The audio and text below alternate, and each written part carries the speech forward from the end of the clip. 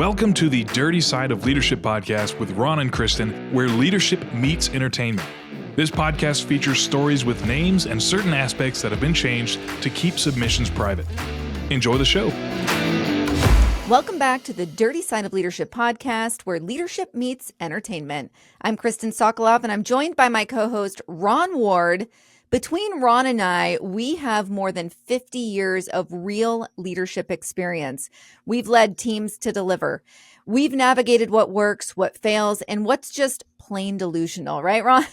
That's right. And out of that 50 years, I have 15. Kristin has 35. So yeah, right. Actually, if you think about it, we're closer to like 60 years of leadership combined. I'm not tacking that all onto you. I'm shorting myself a little bit. The point is, folks, Ron and I have both actually led teams. We're not just leading a leadership podcast without true leadership experience. Yeah, and I like to think we're constantly learning and growing as well. Mm-hmm. So I'm not the same as I was last year. And exactly. I think that's really cool. It is. So, Kristin, today, as you know, we're tackling two big headlines: the unprecedented call for all the top military brass to meet with Secretary of War Hegseth and President Trump at Quantico. And then there's a separate headline that we think there might be a nexus between the two, and that is the fact that more than 100,000 federal employees have resigned or retired. Mm-hmm. And on the surface, they may look separate, but we think these might be connected. What say you, Kristin? Yeah, no, I agree. I think it's important that we address both from a leadership lens. I want to set the stage. So the Secretary of War, Pete Hegseth, has ordered hundreds of generals and admirals from across the globe to fly into Quantico this week. And like you said, there's the announcement. President Trump himself will be there. And I'd say we've got the makings of a leadership recalibration.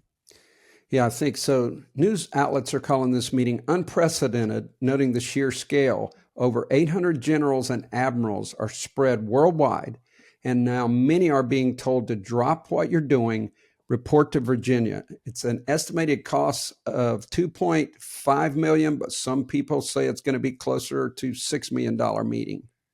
What do you think about that? With your background in the government, is that a drop in the bucket, so to speak? Kristin, I know some people hear that and say, oh my gosh, that's so expensive, but it is an absolute drop in the bucket when you're talking about our multi-trillion-dollar budget.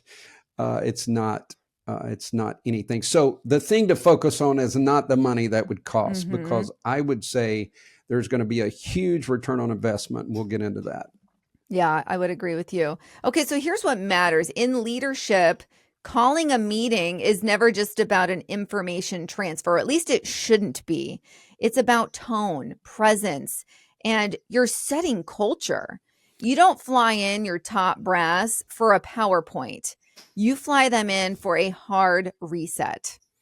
That's exactly right. And although the media is calling it bizarre, anyone who's led a team understands the power. If you're going to scale something, you have to bring everyone together in person, especially like you said, if you're going to recalibrate or rebrand or whatever the case may be. Business leaders have been doing this. A lot of CEOs will take over and they call a big in-person meeting, not only to get to know people, but to set the new strategy, the new vision. And I support this meeting 100%. Yeah, absolutely. It's actually, if you think about it, at least I used to leave meetings. A very successful meeting would feel more like a rally, actually, if you think about it, like these big meetings where you're excited, you get to see everybody. They're going to have the president present and then Hegseth. So they should be, it's a great move for morale is what I'm getting at. Like this is a morale thing also. I think it's incredibly important, not only to recalibrate, but then it's a morale boost to realize you're a part of something so much bigger than yourself. And these meetings achieve that.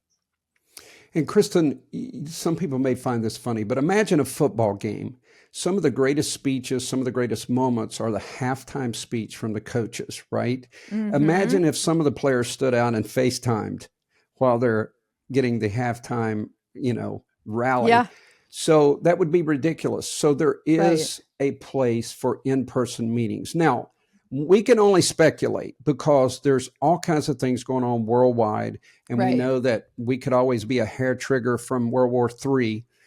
But I want to discuss a few things. We know the fact in 2022, because they had not met their quota of recruitment, they lessened the standards or lowered the standards. And this is the U.S. military? This is the U.S. military. Okay. So Wow. their antidote for getting people to join was lower the standards. Mhm. And I would argue that really it was an image problem. Mhm. And since the Secretary of War, Pete Hegseth, took over, they've superseded all recruitment goals. So there must be something to that. So Mhm. I think this rally is to set the new strategy, to understand that we're not going to be old, out of shape, sick, tired, and all of that, and represent our country and the greatest military in the world. I think that's part of what's going on here. Absolutely. I mean, if you look at him, there's like this element of badassery, right? I made that word up, but you want to be a part of that. You don't want to be a part of what was previously there. I can tell you what. And that's that whole branding piece too. So I was just listening to a podcast because the number that you just shared, or the stat you just shared, that in 22, the physical fitness standards were reduced. That's one way, I guess, you can handle low recruiting numbers, right? But currently what we're seeing, like you're talking about, is like this attraction to, I want to be a part of this, right? So I was just listening to a podcast, and this is why I think it's also so important that they all get together and have this hard reset. The podcast was talking about that this is a security concern. So the autism risk, basically, okay, so ASD is the autism spectrum, okay? And it's vast. But currently, 1/4 of young men are on the ASD spectrum. And I can share the podcast that I just listened to, the episode, in the show notes. It's Drew Pruitt podcast. It's all about health. But a doctor was on there, was sharing that, like, this is a military concern. Not only do we have so many young men that are on this ASD spectrum, but we also have a health crisis where the obesity rates for military age men, what did we find? Between 20 and 30%, Ron? It was overweight. Yeah. In uniform. So that's very concerning. And reducing physical fitness standards is not the answer, because, you know, things, we might not be at war right now in a grandiose way, but we very well could be. And you need to be able to get yourself around in the situation. So this being addressed, I can only imagine it's being addressed heavily at the meeting. Yeah. And Kristin, I think, you know, I hope our listeners understand something. You can't compare the military to some social organization. The military has a very specific mission, and that is to protect the homeland and our interests throughout the world. And protect, you have to be highly conditioned. You have to be mentally sharp. You have to have the latest in technology, all of that. And it just seems that our military was unraveling at the seams. So when you look at the long tradition of the U.S. military, even, I love this, Dwight D. Eisenhower called everyone together before D-Day, and it wasn't about logistics alone. It was a rally cry of solidarity, and we saw the end result. And I think this is long overdue. I think everything from fitness to the mental toughness and the meeting. And I want to say this, Secretary of War Hegseth, I've seen multiple videos of him doing PT with the troops. And I think that is such a morale boost. And it sends a very clear message. We are the best of the best. Your leaders are the best. You're the best. And I'm going to be right there in the trenches with you. Yeah, exactly. People want to be a part of that. And we talk about this a lot, Ron, leading from the front. People want to be led by somebody who's not afraid to get out and do what they're doing. And we're definitely seeing that strong leadership from him. Yeah. So this recalibration, we believe that that's key. So Trump isn't just staging a photo op, although I do think he loves photo ops. Don't get me wrong. Yeah. He's going to get some good pictures out of this. It's a part of it. Yeah, exactly. It's going to look good. Kristin and I are not blind. Let me tell you something. But he's resetting expectations after years of insiders undermining him, the military, and really, I think they've lost sight of the mission in general. So he's going to Yeah. walk them through a checklist, and this meeting is just step one of a rebrand and a recalibration of the United States military. Absolutely. And I would say if we're finding a leadership lesson here, like you and I always like to weave in, so there's a takeaway. You don't call people together unless you're ready to draw a line in the sand, or it's this rally to get people jazzed up for whatever you're currently working towards, or like you're saying, new leadership, right? Like it's very important. So you don't stage presence unless you're ready to demand performance, and that's where we're at. And Kristin, we're going to get into specifics, but there's a residual effect. We mentioned a photo op. Mm-hmm. And I told on a few podcasts back one time I was leading a meeting. I've had the benefit of leading a meeting at Quantico myself, not that large, but it was a huge honor at the FBI Academy. So I told you the story that it was accreditation. So they said, all the brass is coming, and it was the criminal investigation, CID Army. It's the criminal investigation division. So they've got a law enforcement component. That's why they were in the federal law enforcement community. So anyway, the brass comes walking up, and even though everybody thinks I've been in the military, I never was. And it was intimidating, but it was also so cool. So I would do whatever they want me to do to be at that meeting. Can you imagine how much brass is going to be walking in with all the admirals? Amazing. Now, here's what I mean about a photo op. Do you think other countries aren't going to be watching this on the news? And when they see all the military brass in the United States coming together, I think it's going to draw attention, and it's probably the right kind of attention. Absolutely. It's a symbol of strength. You know what I can't help but think of is the amount of security that they need there. Because when you have all of these heads in one place, I can only imagine you've been there a couple of times, right? So what's the security protocol like at Quantico? It's interesting. A lot of people don't know this, but the Marines occupy, it really belongs to the Marines, and the FBI is like on a lease. Okay. And when you go in, you have to go through the military checkpoint. So I had to produce my credentials, that's your badge, your ID and stuff. And they checked a list to make sure that my name was on it. And there's a military presence all around. Now, that's going to be increased exponentially, I'm sure. But keep in mind, they're going onto a Marine Corps base. When we say Quantico, FBI is so popular, we think it's FBI, but it's on the other side. It is the Marines. So trust me, it is going to be extremely well guarded. I don't think that's an issue. That's where my mind went. I'm like, okay, I love that they're all getting together from a security standpoint. I really want everyone to be on their A game. I did not realize it was a military base. So even like just getting into the parking lot, I assume is like when I came in the very first time, I've been there more than once now, but the very first time, you come up, you're looking, it's all military. It's not FBI. And I think the FBI has some security out there with their list, but you're going through a military checkpoint, and it's pretty cool. That is. I wanted to share one thing. I know when I worked at Wells Fargo, that was where I started my career out at. And I had won an award, and everyone in the country that had won this top seller award got to go on a cruise. So Wells Fargo was very smart though. And it's where you have to foreshadow potential unfortunate events. They put us all on different planes. They wouldn't let entire groupings of people fly on the same aircraft just in case there was a crash. I hate to say that. So it's really interesting. You have to be extremely careful when you have all your leaders together. I'm so happy that it's a military base, because it is something that you do have to configure, even when, like I'm saying, it from a banking standpoint, they're like, we're not going to put all of our leaders, or especially our top leaders, on one aircraft, right? Like we could only have 2 or 3. Yeah, that's interesting. Risk assessments are vital. We used to always do with people under supervision. For people that might just be starting, my whole career was in United States probation, or my latter career, and then I was an academy director. But we would look at risk assessment, needs assessment. You do Mm. want to try to meet the needs, but any major company, they do exactly that, Kristen. You want to divide Yeah. up your leaders.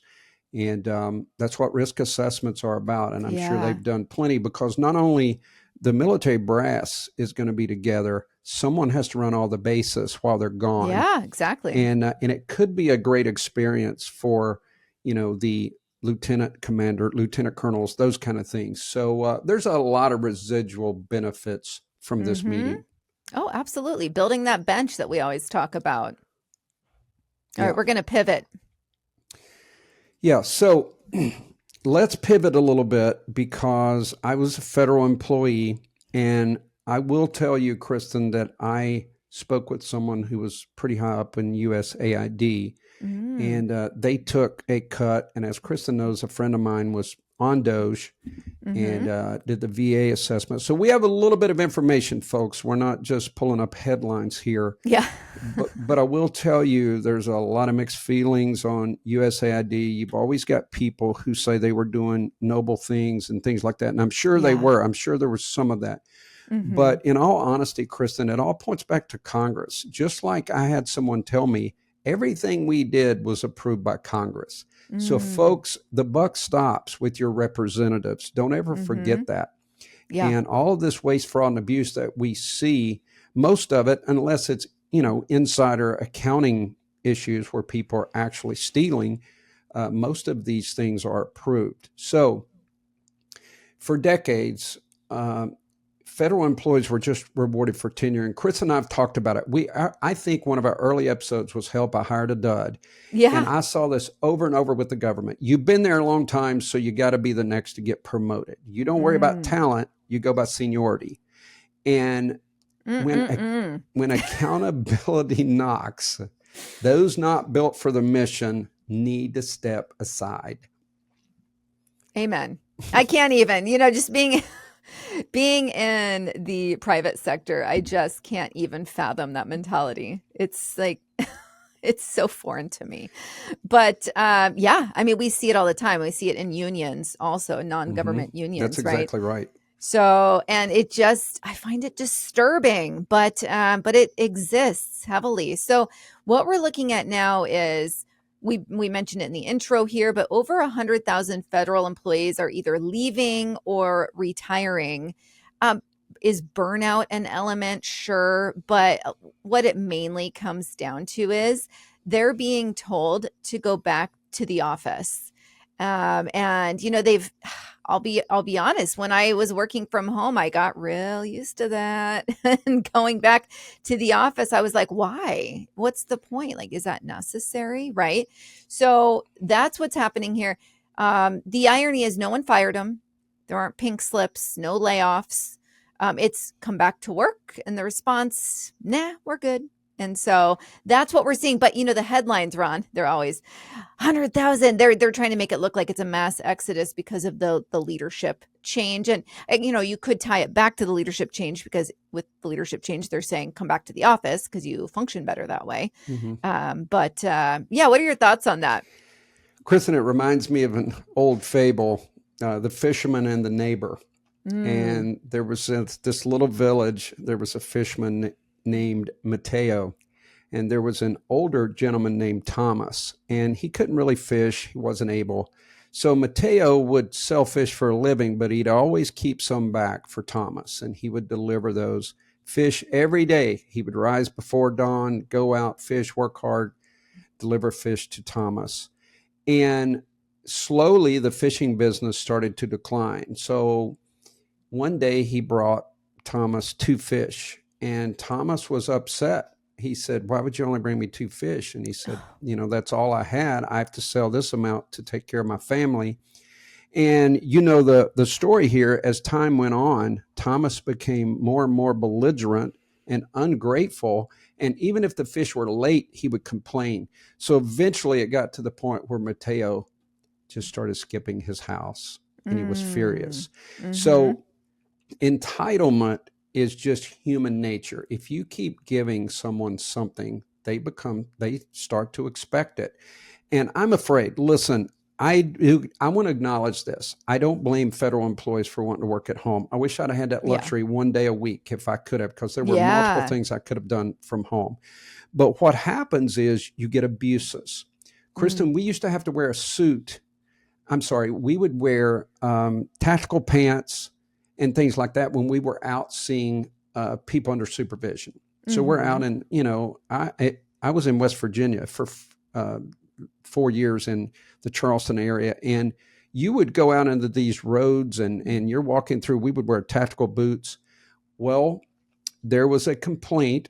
There was a female officer wore blue jean shorts to see an offender. So there's always someone who's going to abuse any type. Yeah. Anything that you're given, someone will abuse it. So guess what? The chief judge did. For 6 straight months, we had to wear suits out in the woods, the forests, and up in the, as we call them, hollers. And I know you don't know what that is in the out in the holler. Isn't it? If I can holler and you can hear me, that's a holler, right? Actually, Kristin, if you have 2 mountains and there's a road between, you've hollowed out a place. Oh, it's just they pronounce it back in the holler where I'm from. But that's better than your tune in a bucket. You have to tune in a couple of episodes back if you want to get that one. Oh my gosh. That's reasonable what you just said. So Thank you.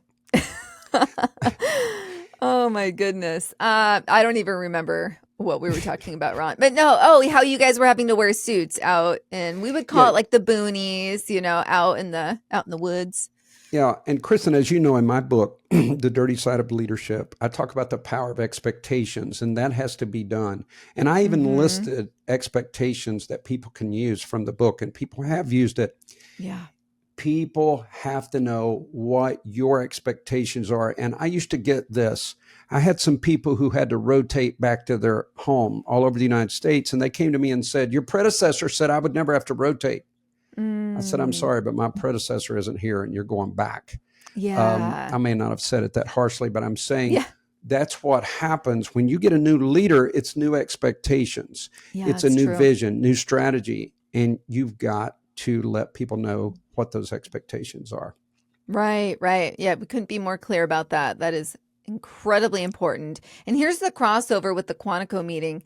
In both stories, leaders are raising the standard. And if we really think about all the backlash they're getting, they're getting backlash for raising the standards. Now, it's uncomfortable for some, right? You get into a habit, and I don't want to use lazy as the terminology because it really might not be the case, but you have to understand what you were just saying, Ron. Like, you have to learn to pivot and adapt. We talked about adaptability and how important that is in numerous episodes. And whether it's President Trump with a hard reset with the military leadership, or federal managers enforcing in-person work, the principle remains the same. Leaders set those expectations you were just talking about, and followers either are going to step up or they're going to step out, and we're seeing both. And Kristin, in my leadership training and the people that I coach, I tell everyone, when you come in, you got to have very strict standards. You can always loosen up as time progresses. Like at some point they might say, okay, we're going to let you work from home 1 day a week as long as it's rotated or something. But I'll tell you one thing, if you start off loosely and try to tighten up, that's where it gets tricky and challenging. So you got to come out with those strong expectations at the beginning. Now, we've said this many times, leadership isn't about making everyone happy. And it's about mission integrity. If 20% of your workforce walks when you raise the bar, that's not failure, that's filtration. And some of the best things to ever happen when I was in leadership is someone would either retire early or take a different job. We needed to get rid of them. We really did. Yeah, right. I like that. It's filtration. Oh my gosh, I wouldn't have thought about that, Ron. The media loves to frame this as a crisis. I think I mentioned that early on, but mass resignations, disrupted bureaucracy, unprecedented meeting. But, it's a purge. And to your point, a purge is done when we need clarity, not chaos, and they're cleansing. Okay, so wanted to talk about, what we're seeing in the military and government, even in corporate America, where I come from, when expectations are enforced, the uncommitted self-select out. And if they don't, then you have to help them. Well, I always used to say, coach up or coach out, right? You're either going in one direction up or you're going to go out the door Kristen, I because you have to borrowed do that one or from the you. other. I borrowed Did that. Yeah, you? I've made a I'm fortune off of some of honored. your quotes. Sweet. It's so true, though. Up or out, baby. Well, let's distill this a little bit more for our listeners, executives, small business owners, parents. We're going to be doing some episodes on parenting. Mm-hmm. If you're looking at the next generation, there's some things that you have to know. And I want to throw in a side note. Meetings matter. And meetings is a dirty word. It used to be a dirty word for me. I didn't like meetings because I always felt like they kept me from doing my work. But it's because people don't know how to run meetings. If you do a clear, concise, impactful meeting, I tell people treat it like a dinner party. If someone's coming to your house, you let them know what they need to bring. You look at the layout, the setup, you have a purpose. And that's what people need to do. And this Yeah. meeting, you can bank on it. It's going to have a very clear vision Oh, and gosh. purpose. And it's Yeah. probably going to be truthfully get on board or jump ship. I think there's going to be Yeah. some of those calls. They want to make sure that everyone's aligned, that we love America. And when I see on some TikToks, American soldiers denouncing America, are you kidding me? If you work I for a know. company and you got people undermining you, which I've had before, Yeah. that is the most challenging things that you will ever deal with. So we got to get back to where we love our country and we inspire others to do the same. Right. What's your thoughts on that? Absolutely. You love Yeah. meetings, No, Kristen? I actually do like meetings.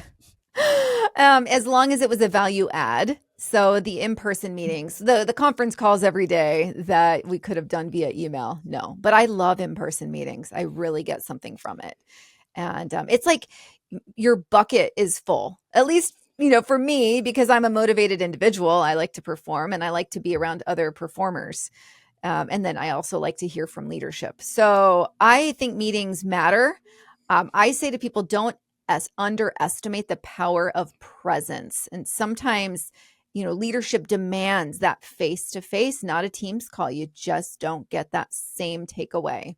I think you got that from my book. But anyway, I tell everyone the power of presence. You may not know what to say, how to act, just show up, be there. Right. Yeah. I'll be quick on absolutely. these, but tenure, we've already said, doesn't equal value. Just because somebody's been a long time or they've got a good resume doesn't mean that they are bringing value to, in this case, the military. Maybe it's your company. Yes, yes. This is really interesting. So camaraderie builds culture. And, yes, they're flying people in, they're shaking hands, breaking bread. That creates buy-in. And I have to tell you, even in law enforcement, Ron, I'm sure you can attest to this. I am a big proponent of my husband, especially when he was new with the department, is have that time outside of work with your coworkers. Those are the people that are going to be covering you. And you guys are going to be, you could potentially be saving each other's lives. So it's really important that you build that camaraderie. And that is also incredibly important in non-life-threatening jobs, like even in the office, right? Like you want people to have your back, and they might say they do, but when you do put the extra effort in, there's a whole new layer of that camaraderie that's so important. Yeah, and I think they're going to at least reemphasize the command structure.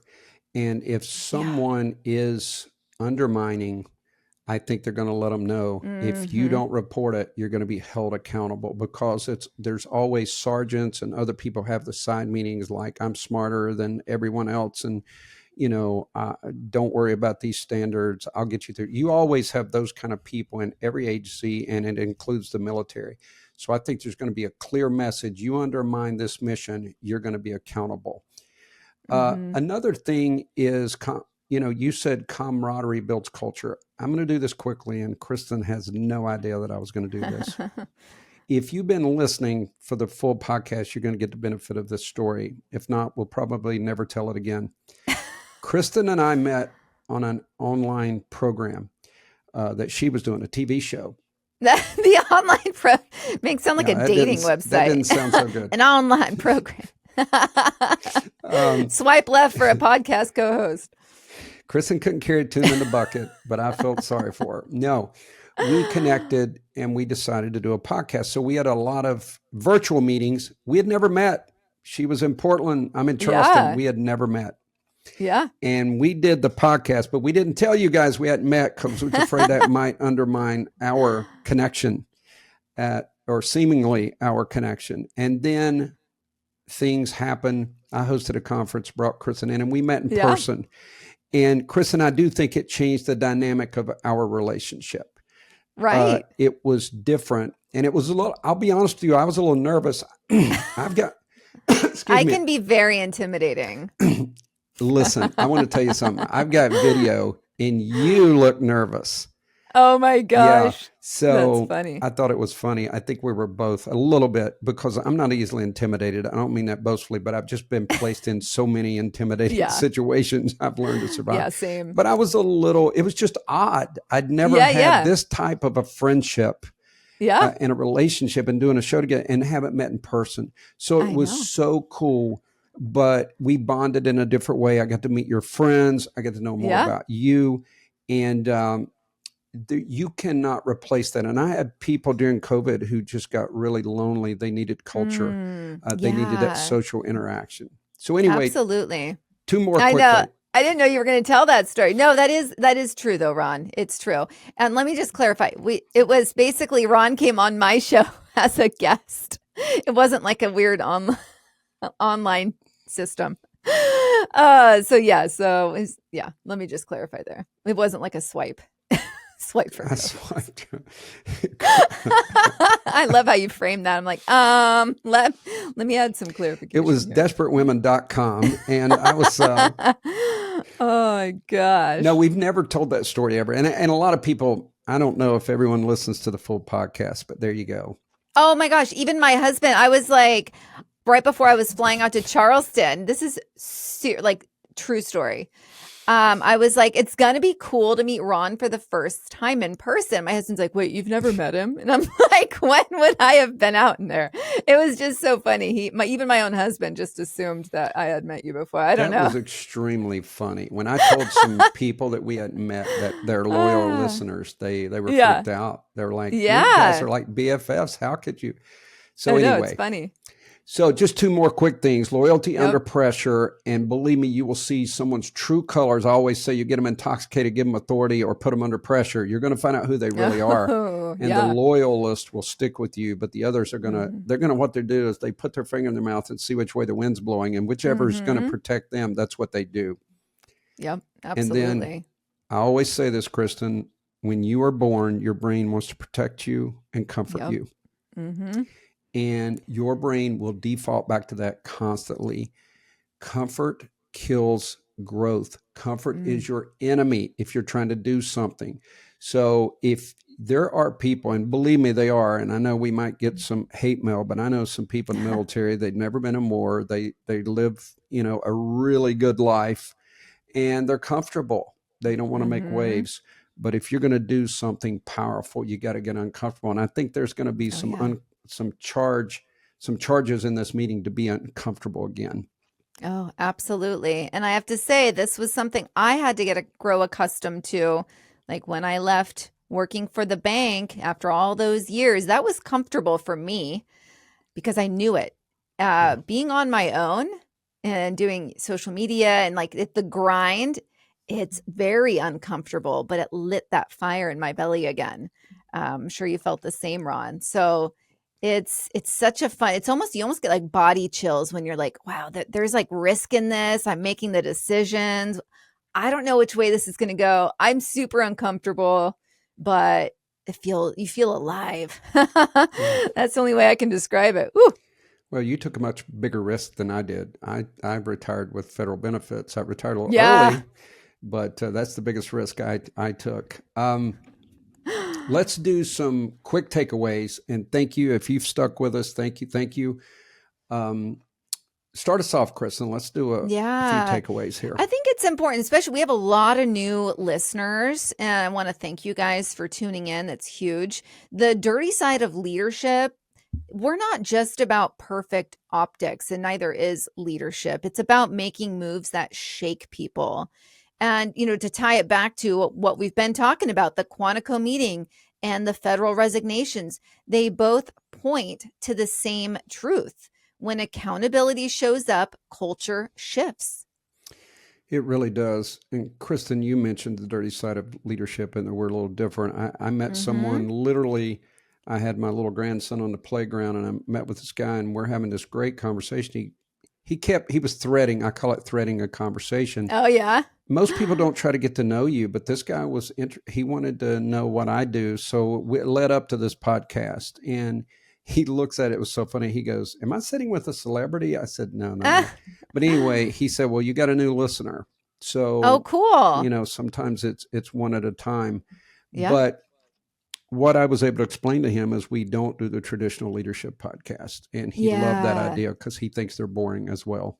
Right. Look at you, guerrilla marketing. I love it. I do it all the time. I have no life. That's awesome. I have no life. I just, yeah, right. I stay in this seat all the time. I just turn the sign on and off. Oh my gosh.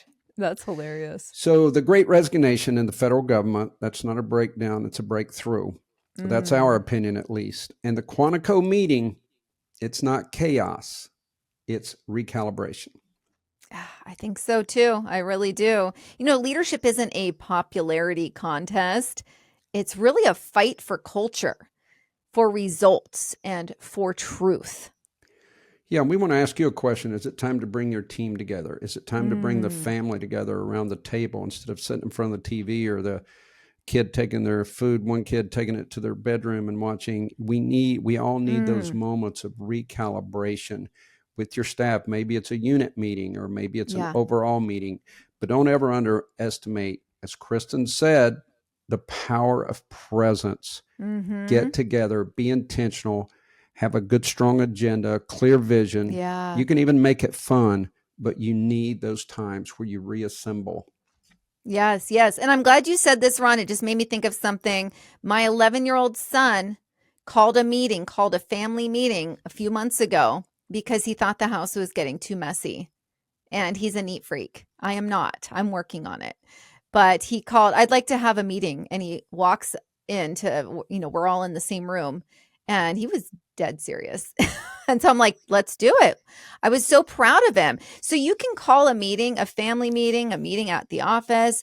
Like when you think that there's something that needs to be adjusted, especially if there's an improvement that needs to be made. I couldn't have been more proud, Ron. My 11-year-old son called a family meeting to talk about picking up after ourselves. I'm freaked out, but I'm probably never going to have him over. He likes everything just so. And I respect it. You know what? I didn't go, "Okay, you want to do a family meeting?" No, I was so proud. I'm like, let's do it. Fall in line, folks. Like that is building a man, not a boy. That's a fact. I would have said, "Are we going to have cookies?" No, that's very cool. There's just something about bringing everyone together. So, yes. Guys, we certainly hope that you've enjoyed this episode, and we've got some more exciting guests coming. As you all know, we've started at least once a month having a guest. And since we went, I want to congratulate you, Kristen. And guys, this is just gratitude, but we went from the top 5% globally in podcasts to the top 3%. Yes. And it's because people tune in and, we don't just do this for fun, although we have fun, as you could tell, but we want to expand our listener base. So we're so grateful. Congratulations, Kristen. You're moving right on up. You as well, Ron. Yeah, this is very exciting. And the nice thing with us, we're both on social media, right? So the nice thing is we have people that are so impactful. It could be nationwide, it could be internationally impactful, and we have the ability to bring them on and have a very cool conversation with you guys. So it's going to be awesome. So we have some great guests lined up. A lot of them are really busy, so it's just about balancing the schedule and making it work, but it will happen nonetheless. I want to thank you guys. You've been listening to the Dirty Side of Leadership podcast, where leadership meets entertainment. Subscribe, share, and show up like a leader, even when it's inconvenient. That's right. Be the leader you're meant to be. We'll see you next week. The Dirty Side of Leadership podcast is brought to you by Forward Operations. If you'd like to book Ron or Kristin for speaking events, training, or executive coaching, visit forwardoperations.com. Be the leader you're meant to be.